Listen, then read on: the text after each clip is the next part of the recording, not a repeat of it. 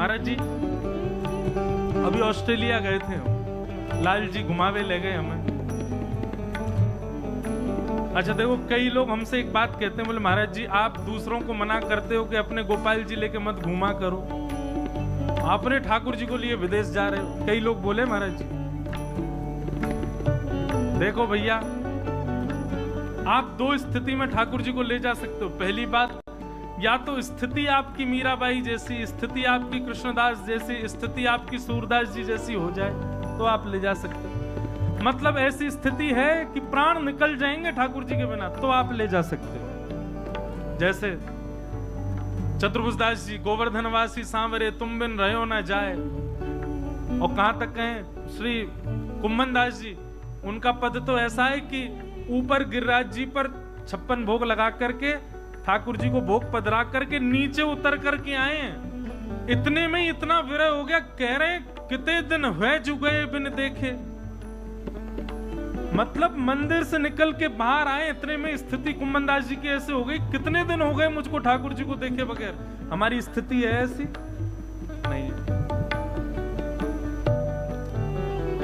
अगर स्थिति ऐसी हो कि प्राण बस गए ठाकुर जी में, अब ये अगर विलग हुए तो प्राण निकल जाएंगे, तो आप ले जा सकते हो, पहली बात। दूसरी बात, अपनी व्यवस्था कम लेके चलो, ठाकुर जी की ज्यादा लेके चलो तो ले जा सको। व्यवस्था पूरी लेके चलो। हम विदेश गए महाराज जी, हमारे कपड़ा तो एक बैग में, और जे भीतर विराज रहे कहाँ हैं, 3-3 भर के सामान, वहां में सिंहासन भी है, वहां में इत्र भी है, पोशाक भी है, बर्तन भी है, सब कछु।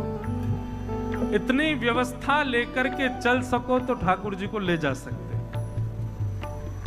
हम अपने ठाकुर जी की बहुत सारी व्यवस्था लेके चले सब जगह, या हमारे लाल जी घूमे हमें। और महाराज जी एक और बात, हमने एक बार ठाकुर जी से कही, ठाकुर जी विदेश जावे में श्रम है जाए आपको, आप यहीं विराजो, बालक सेवा करेंगे, मैं होके आऊं। जो बुला रहे मुकू, उनके घर में ही कोई पधारवे की स्थिति में आ गए हो। मानो लाल जी कह रहे दारी के मुंह लेके चल, नहीं तो सामने वाले का मुझे फोन आया, महाराज जी मैं जी हमारी दादी जो है वो वेंटिलेटर पे है, आप अपना स्थगित करो कार्यक्रम,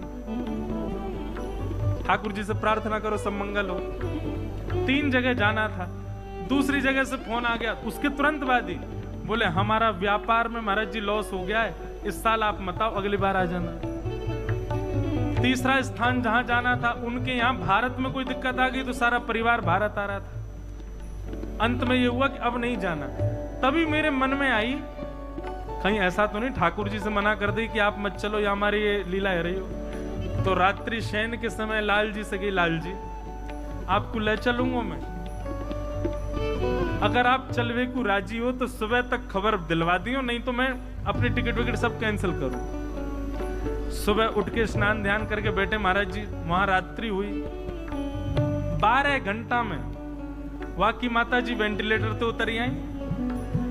एक को जो काम बिगड़ गो क्या वो सब सही है क्यों, जाको भारत आके गए वहां को भी सब सुधर गए हो। मैंने की लाल जी जय हो आपकी, चलो हमारे साथ। डोल के आए चक तो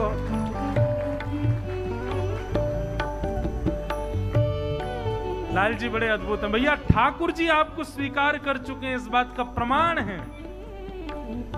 भक्तन में मति, भक्तन में गति, भक्तन में मति, भक्तन में गति। हरिजन संगे हरि उर आने, हरिजन संगे हरि उर आने। कृष्ण दास मन वच क्रमकारी, कृष्ण दास मन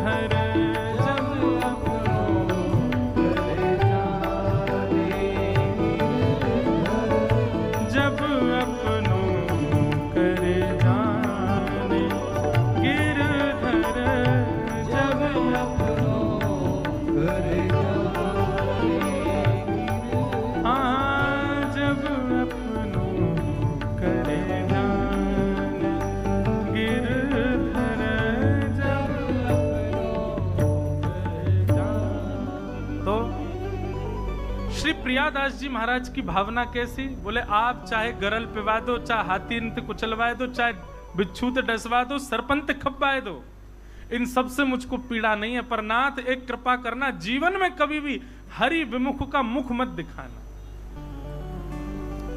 तजोरे मन हरि विमुखन को जाके संग कुमति उपजत है, पड़त भजन में तजोरे मन हरि विमुखन को संग। भक्तमाल जी शुरू है रही है, आज तो भूमिका है, कल से रसिक त्रिवेणी बहेंगी। आज ही रात्रि में उन सब का त्याग कर दो जिन जिन जो जो हरि विमुख हैं। एक काम करो, कैसे पता चले महाराज जी हरि विमुख कौन? हरि विमुख नहीं, हरि भक्त विमुख। कैसे पता चले? आज ही निमंत्रण भेजो, भैया कल से भक्तमाल जी सुनने आओ। जो और ये और कह दियो, बोले हाँ सुनो, हाँ या ना रात में ही बता दो। अगर वो कह दे ना, तेरो मेरो ना तो खत्म, आम पाम 100 साल की कुट्टी, खत्म संबंध। जो हरि भक्तन को नहीं है वो हमारे प्रियादास जी की वाणी मानो, मेरी मत मानियो। हे नाथ, हे गोविंद देव जी ऐसी कृपा करो, जो हरि विमुख है को मुखी मत दिखाइए, और जो यहां आवे को तैयार है जाए कि हाँ चलो हम आएंगे, भले ही एक दिन कोई आवे, वाह को अपनो घनिष्ठ मित्र बन, तू मेरो सखा, हृदय को सखा बेटा, तू आयो कथा में, हरि की कथा सुनवे, हरि भक्तन की कथा सुनवे आयो। तो ऐसे महाराज प्रियादास जी ने फिर वर्णन किया। 3 प्रकार से भक्तमाल जी की महिमा सुनाई जाती है। अलवर के एक सेठ जी हुए, जल्दी जल्दी हम सुनाएं। अलवर के एक सेठ जी हुए, उनको महाराज भक्तमाल जी का यश जब पता चलो, सब लोग बहुत ध्यान से सुनो, वे पहुंच गए और जाकर के महाराज उन्होंने प्रियादास जी से कही कि हमको भक्तमाल जी दे दो। बोले एक ही प्रति कैसे प्रदान करें? लेखक संग लेकर गए, प्रियादास जी के पास गए, कोई और आचार्य चरण के पास गए, बोले ये सब अभी लिख लेंगे। भक्तमाल जी को एज इट इज लिख दिया। उस साथ में एक वैष्णव लेके आए थे सेठ जी।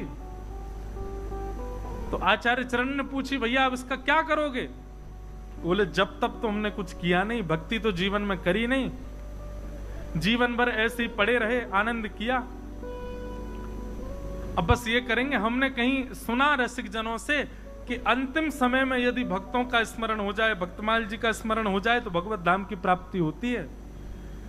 भक्तमाल जी को हम लिपिबद्ध करके ले जा रहे हैं, और जब अंतिम समय आएगा तो छाती पे धर के बैठे रहेंगे, इन्हीं की कृपा से भगवत धाम मिलेगा। तो उन सेठ जी ने ऐसा ही किया। देखो कितनी बड़ी महिमा। भक्तमाल जी पढ़वे की महिमा तो बहुत ऊंची है, पर भक्तमाल जी यदि घर में विराज रही हैं तो उसकी महिमा क्या है कि अंतिम समय आने से पूर्व आपको संकेत हो जाएगा। ये भक्तमाल जी के घर में विराजमान करने का ये केवल अवसर, इसका ये प्रताप है कि अंतिम समय आने से पूर्व आपको संकेत मिल जाएगा कि भाई समय आ गया। इस भय से लेकिन भक्तमाल जी मत ले जाना घर पे, पता तो भी चल जाएगी। हाँ महाराज मन कर रहा हो घेवर खावे को तुरंत खायाऊंगा। महाराज जी हम आप सब तो वैष्णव बैठे, ऐसे ऐसे भोगी लोग हैं संसार में, अंतिम इच्छा पूछ लो तो ऐसी ऐसी इच्छा बता देंगे कि आपके कानन से बस यूं लगे हो कि बस बंद भैया। अंतिम इच्छा क्या है? तो सब भोगों की इच्छा है।